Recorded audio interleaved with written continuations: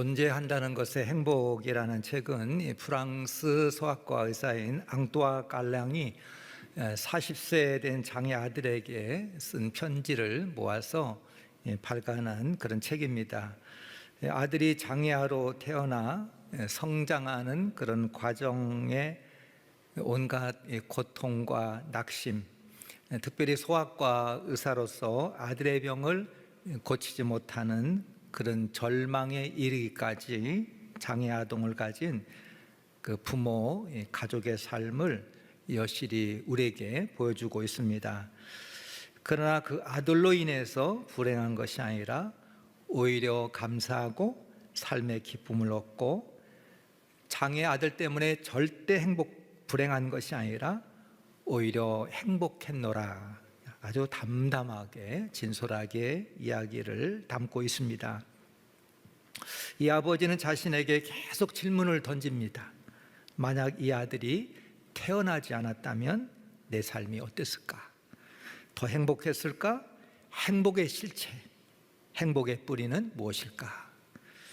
결론적으로 이 아들 때문에 불행하지 않다고 하는 것, 그리고 그 아들 때문에 인생을 더 충만하게 살았다는 것, 장애 아들이지만 이 아들의 존재는 아주 귀하다고 하는 것, 오히려 더 값지고 행복하다고 이야기하고 있습니다. 하지만 모든 사람이 이분처럼 이러한 결론과 단계에 이르는 것은 아닐 것입니다. 모든 사람들에게는 나름의 크고 작은 많은 시련과 고난이 닥칩니다. 그러나 어떤 가정은 그 고난으로 불행 속에 빠지게 되고, 어떤 가정은 오히려 그 불행 속에서 행복의 길로 들어서기도 합니다. 왜 그렇습니까? 대부분 모든 행복은 잘 이겨낸 불행이기 때문입니다. 나에게 닥치는 많은 불행을 잘 견뎌내고 이해하고 해석하고 이겨낼 때 진정한 행복을 알게 되고 행복의 맛을 보게 될 것입니다. 행복은 하늘에서 거저 떨어지는 것이 아닐 겁니다. 행복은 주어지는 것이 아니고 많은 불행 가운데서 건져 올려지고 발견하는 것입니다. 실패 속에 성공이 담겨 있듯이 의외로 불행 속에 행복이 담겨져 있습니다. 데살로니가전서 5장에 항상 기뻐하라, 쉬지 말고 기도하라, 범사에 감사하라, 이것이 그리스도 예수 안에서 너희를 향하신 하나님의 뜻이니라. 유진 피터슨의 메시지 성경에는 무슨 일에든지 기뻐하십시오, 항상 기도하십시오, 무슨 일에든지 하나님 앞에 감사하십시오, 이것이야말로 하나님께서 그리스도 예수 안에 있는 여러분에게 바라시는 생활 방식입니다. 세상을 살아가는 수많은 방식들이 있습니다. 그 가운데 예수 그리스도 안에서 살아가는 성도들 향한 하나님이 기대하시고 원하시는 세 가지 삶의 방식을 말합니다. 무슨 일에든지 기뻐하고, 항상 기도하고, 무슨 일에든지 하나님 앞에 감사하는 것입니다. 우리 가정이 불행한 것은 불행한 일이 있어서 꼭 불행한 것은 아닙니다. 불행 속에서 오히려 길을 찾고 주님을 찾고 행복을 찾는 많은 가정들이 있습니다. 우리가 불행한 것은 어떤 상황 속에서도 감사하고 기도하고 기뻐할 수 없기 때문일 것입니다. 어떤 상황 속에서도 기뻐하고 기도하고 감사할 수만 있다면 그 가정은 길을 발견하고 행복에 들어선 가정이라고 생각합니다.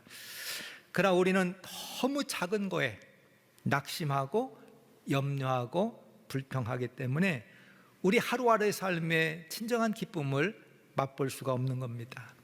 작은 거에 마음이 거슬리고, 작은 것 때문에 분노하고, 작은 것 때문에 우리가 갈피를 잡지 못합니다. 오늘 성경의 하박국 선지자는 이렇게 선포하고 있습니다. 나는 여호와로 말미암아 즐거워하며 나는 구원의 하나님으로 말미암아 기뻐하리로다. 하박국 선지자는 하나님으로 말미암아 즐거워하고 하나님으로 말미암아 기뻐한다고 그렇게 고백하고 있습니다. 그런데 앞에 17절이 조건절로 이렇게 되어 있습니다. 그걸 보면 하나님으로 즐거워하고 하나님으로만 기뻐한다는 것이 그리 쉽고 간단한 문제가 아닙니다. 17절, 비록 무화과나무가 무성하지 못하며 포도나무에 열매가 없으며 감람나무에 소출이 없으며 밭에 먹을 것이 없으며 우리의 양이 없으며 외양간에 소가 없을지라도 여호와 하나님으로 즐거워하고 기뻐한다는 겁니다. 무화과나무, 포도나무, 감람나무는 이스라엘에게 있어서 가장 가치 있고 유용한 과실나무입니다. 꼭 필요한 겁니다. 없어서는 안 되는 나무예요. 여러 가지 많은 과실나무가 있겠지만 이스라엘에서는 이 세 가지 나무는 꼭 필요한 나무입니다. 근데 그 나무를 보면 없으며 아무것도 없다고 그랬습니다. 나무뿐만 아니라 밭에도 소출이 없고 우리와 외양간에는 양과 소가 하나가 없습니다. 사방을 둘러봐도 열린 것이, 맺은 것이, 거둘 것이, 먹을 것이 없는 상황입니다. 우리는 한 해 농사를 지었을 때 과실나무의 열매가 풍성하고 소와 양이 가득해야 즐겁고 기쁜 겁니다. 하지만 하박국 선지자는 아무것도 없는 가운데 오직 하나님으로 인하여 즐거워하고 기뻐한다. 그것도 노래를 한다는 거예요. 어찌 이런 일이 있을 수 있고 가능할 수 있을까? 우리와 외양간에 양과 소가 없을지라도 하나님으로 즐겁고 기뻐할 수 있는 것인가? 이런 것을 실제로 우리 눈으로 보고 경험할 수 있을까? 우리 교회에서 오래전에 소록도에 같이 우리 성도님들이 봉사를 간 적이 있습니다. 소록도 나환자촌에 버스 타고 우리 교우들이 봉사 갔을 때 소록도 교회 한 집사님이 소록도에 오셨으면 꼭 지라도를 가보셔야 됩니다 그랬습니다.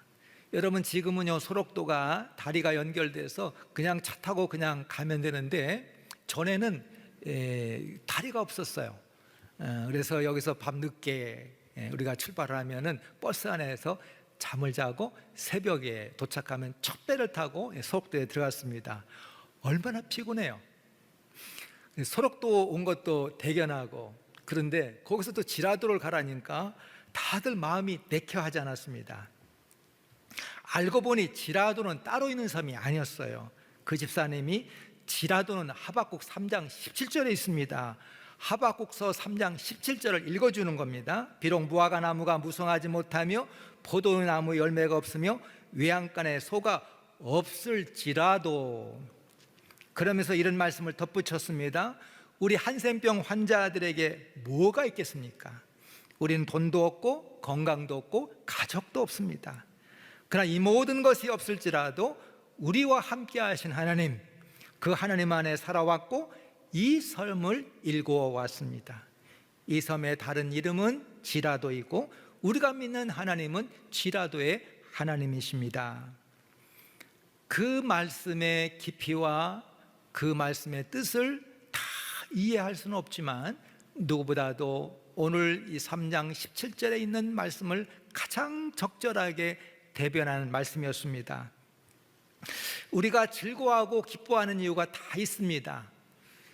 즐거워하고 이유 없이 즐거워하고 기뻐하는 사람이 어디 있겠어요? 우리가 기쁘면 다 이유가 있습니다. 즐거워하는 이유가 다 있는 거예요. 오늘 성경에는 즐거워하고 기뻐하는 서로 다른 두 개의 이유가 있습니다. 하나는 즐거워하고 기뻐하는 이유가 눈에 보이는 것들로 인하여 즐거워하고 기뻐하는 것입니다. 다른 하나는 눈에 보이지 않는 것, 하나님으로 인하여 즐거워하고 기뻐하는 겁니다. 보통은 나무 열매와 같은 눈에 보이는 풍성한 결실과 성취로 인하여 즐거워하고 기뻐합니다. 그러나 하박국 선지자는 눈에 보이는 것이 하나도 없어도 눈에 보이지 않은 하나님으로 인하여 즐거워하고 기뻐하고 있습니다. 어떻게 이와 같은 것이 가능할 수 있을까? 과수원과 들판과 가축이 모두 황폐해진 것은 내 잘못과 실수도 아니고 바벨론 사람들의 공격과 습격 때문에 모든 것들이 다 무너진 겁니다.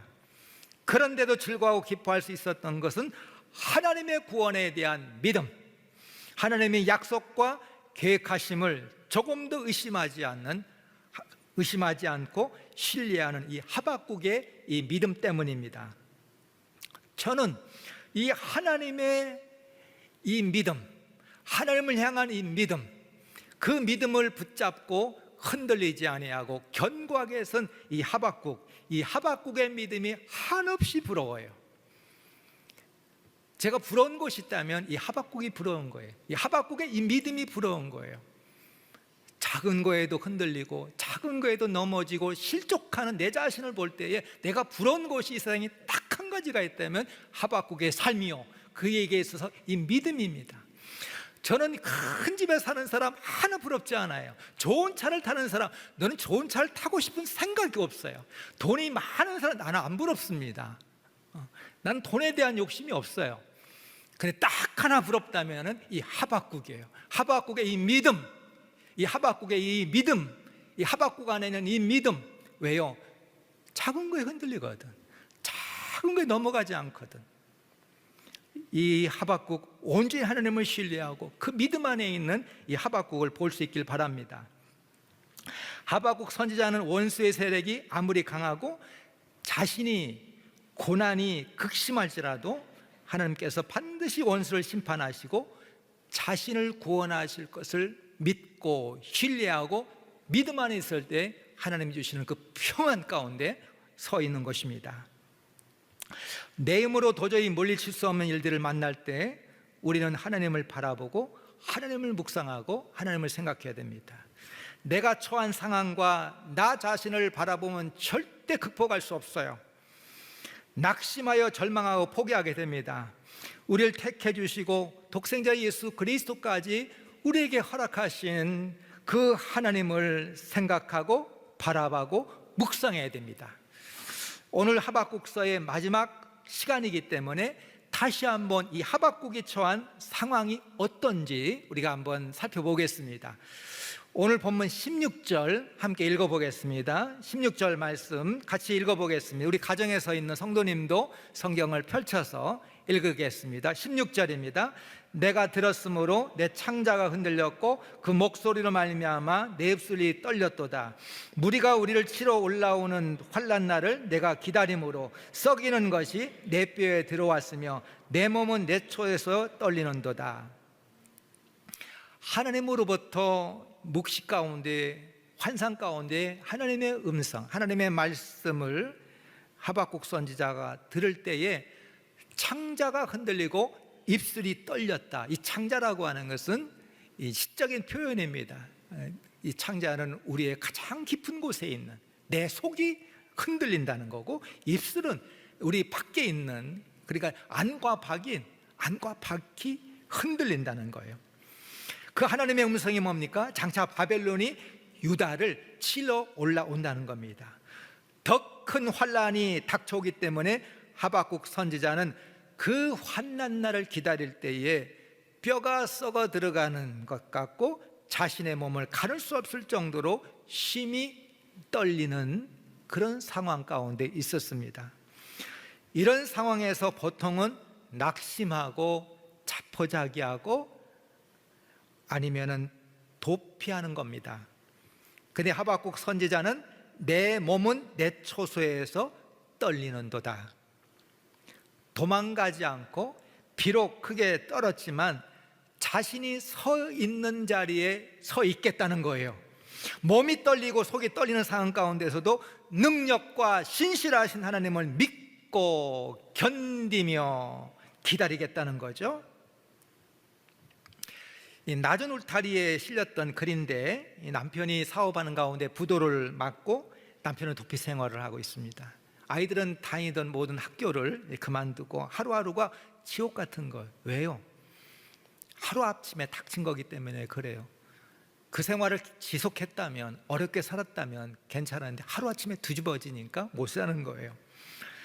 어느 날 친정엄마를 찾아갔습니다. 붙들 수 있는 건 친정엄마밖에 없었습니다. 엄마 너무 힘들어요. 죽겠어요. 이 말을 들은 엄마가 주방으로 가더니 냄비 3개에다가 물을 부었습니다. 첫 번째 냄비에다 당근을 넣고 물을 끓이기 시작했고, 두 번째 냄비는 생달걀을 넣고 세 번째 냄비에는 커피를 넣고 물을 끓이기 시작했습니다.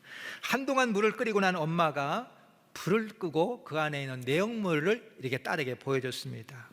첫 번째 냄비 당근은 처음에는 단단했지만 뜨거운 물 속에서 형체가 없이 없어져 버렸습니다. 두 번째 달걀은 좀 반대로 단단해졌어요. 그리고 세 번째 냄비의 커피는 놀랍게도 맛있는 커피 향이 나는 그런 커피. 이 커피의 형체는 없어지만 물을 변해서 맛있는 커피를 생산한 거예요.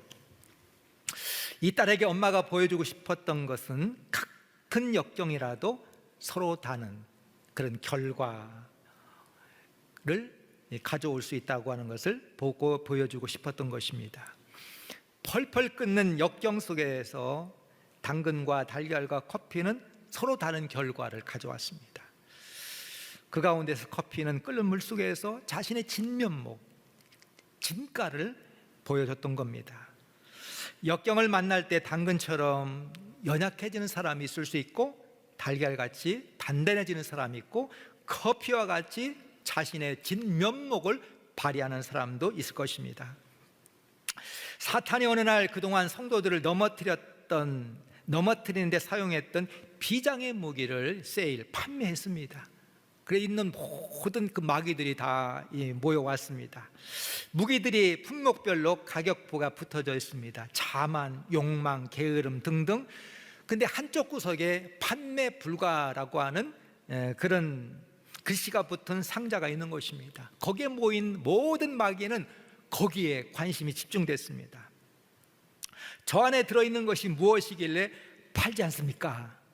그때 마귀의 두목인 사단이 그렇게 얘기합니다. 저 안에는 낙심이라고 하는 비장의 무기가 들어있는데 지금까지 이것만 있었으면 어떤 성도라도 나는 다 넘어뜨렸습니다. 여러분, 낙심이라고 하는 한자를 보면 떨어질 낙자에 마음 심자입니다. 마음이 떨어진다는 뜻입니다. 돈이 떨어지고 사랑이 떨어지고 학교에 떨어져도 살 수 있지만 마음이 떨어지면 살 수 없다는 그런 뜻이 있을 거예요. 다시 일어설 수 있는, 재기할 수 없다는 것입니다. 무엇보다도 마음을 붙잡아야 됩니다. 우리 이 마음을 뭐로 붙잡을 수 있을까? 오직 믿음뿐입니다. 하나님을 믿음으로 붙잡을 때 하나님이 우리를 붙잡아 주시고, 우리 믿음을 붙잡아 주시고, 우리를 붙잡아 주십니다. 여러분, 하박국 선지자의 마지막 노래를 여러분 들어보시기 바랍니다. 19절입니다. 주 여호와는 나의 힘이시라. 나의 발을 사슴과 같게 하사 나를 나의 높은 곳으로 다니게 하시리로다. 내 힘의 근원이 어디 있냐는 거예요. 내 지식이나 경험이나 내 육신적인 힘이나 아니면 나의 의지, 이 역경 속에서 내가 파이팅 해야 되겠다, 그 의지인가? 아니면 사람의 도움인가? 사람의 경영가? 사람의 말인가? 하박국 선지자는 궁극적인 얘기를 하는 거예요. 나의 힘은 나의 하나님이시다. 주변의 환경은 내 속의 뼈를 썩게 하고 내 몸을 떨게 하지만 내 하나님이 나의 발에 힘을 주셔서 높은 곳을 다니게 하신다는 것입니다. 우리 하나님만이 두려움에서 믿음으로, 두려움에서 기도로, 두려움에서 찬양으로 우리 인도하실 것입니다. 억지로 참고 할 수 없어 견디는 것이 아닐 것입니다.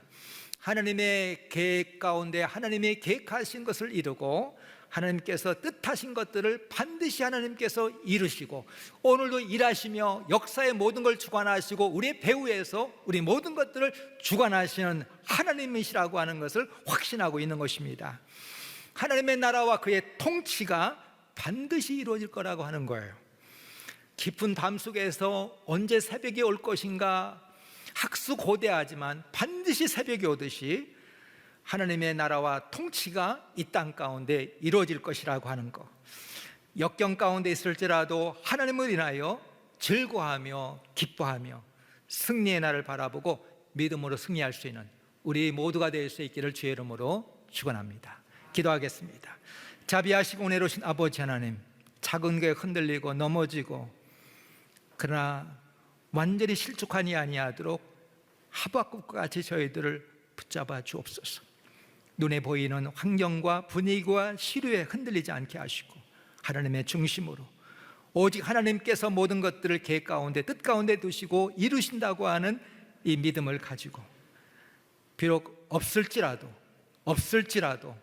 하나님으로 기뻐하고 즐거워하며 감사함으로 이 모든 시련과 역경을 이기고 승리의 자로 나아갈 수 있는 우리 모든 믿음의 성도가 될 수 있도록 인도하시기를 존귀하신 예수 그리스도의 이름으로 간절히 기도합나이다. 아멘.